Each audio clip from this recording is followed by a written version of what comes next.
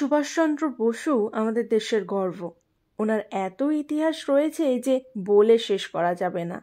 উনি নিজে কখনো অন্যায়ের বিরুদ্ধে মাথা নত করেননি এবং আমাদের দেশ ভারতবর্ষকে কখনো কোনো জায়গায় ছোট হতে দেননি। এমনই একটি নেতাজি সুভাষচন্দ্র বসুর সাথে ঘটে যাওয়া ঘটনা আপনাদের সামনে এই ভিডিওর মাধ্যমে তুলে ধরার চেষ্টা করব। নমস্কার, আমি বিথিকা। আপনারা আছেন গল্পে বিথিকা ইউটিউব চ্যানেলের সাথে।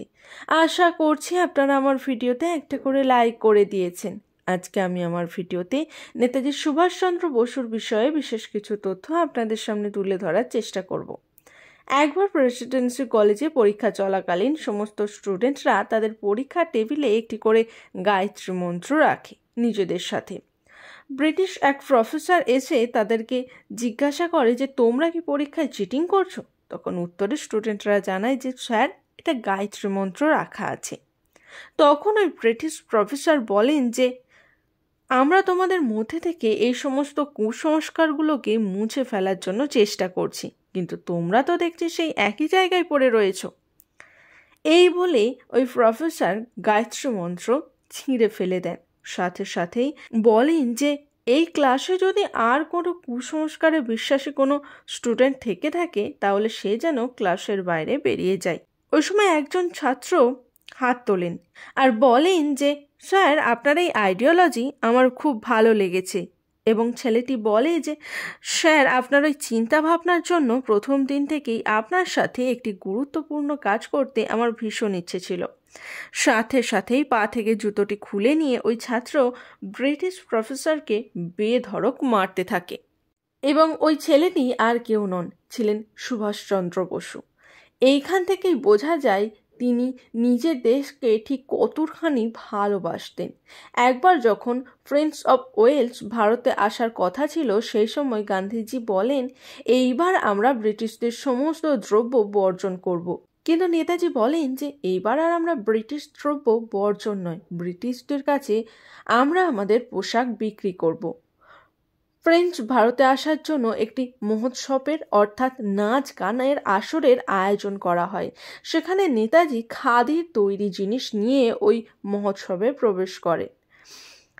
ওই আসরে উপস্থিত ব্রিটিশ সেনারা নেতাজিকে আটকায় এবং বলে যে তোমাদের এই খাদির তৈরি জিনিস প্রিন্স পরবে না। তখন নেতাজি উত্তরে বলেন যে কেন, তোমাদের প্রিন্স কি এতটাই গরিব নাকি যে এই খাদি কিনতে পারবে না? এরপর সুভাষচন্দ্র বসুকে আটক করা হয় এবং 6 মাসের জন্য বন্দি করে রাখা হয়। নেতাজি যতবারই জেলে গেছেন, প্রবেশ করার সময় তিনি বলেছেন আমি আবার ঠিকই ফিরে আসব। একবার নেতাজি বার্লিনে যান হিটলারের সাথে দেখা করার জন্য। নেতাজি হিটলারের সাথে দেখা করার জন্য ওয়েট করছে ওয়েটিং রুমে। অনেকে হিটলারের বেশ ধারণ করে নেতাজির সামনে আসে, কিন্তু নেতাজি প্রত্যেকবারই বুঝে যায় যে এটা আসল হিটলার নয়। এরপর যখন একজন ব্যক্তি নেতাজির কাঁধে হাত রাখেন, তখন তিনি উঠে দাঁড়ান এবং হাত মেলান আর তিনি বলেন যে এটাই আসল হিটলার।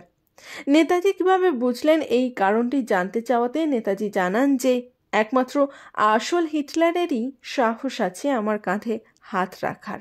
নেতাজি কংগ্রেসের প্রেসিডেন্ট পদ ত্যাগ করে যখন অল ইন্ডিয়া ফরওয়ার্ড ব্লক তৈরি করেন, তখন তিনি ওই দলের প্রবেশপত্রের পাশে পেনের বদলে রেখেছিলেন দাড়ি কাটার একটি খুর, যাতে করে ওনার দলের সদস্যরা পেন দিয়ে স্বাক্ষর করে নয়, হাত কেটে রক্ত দিয়ে স্বাক্ষর করে।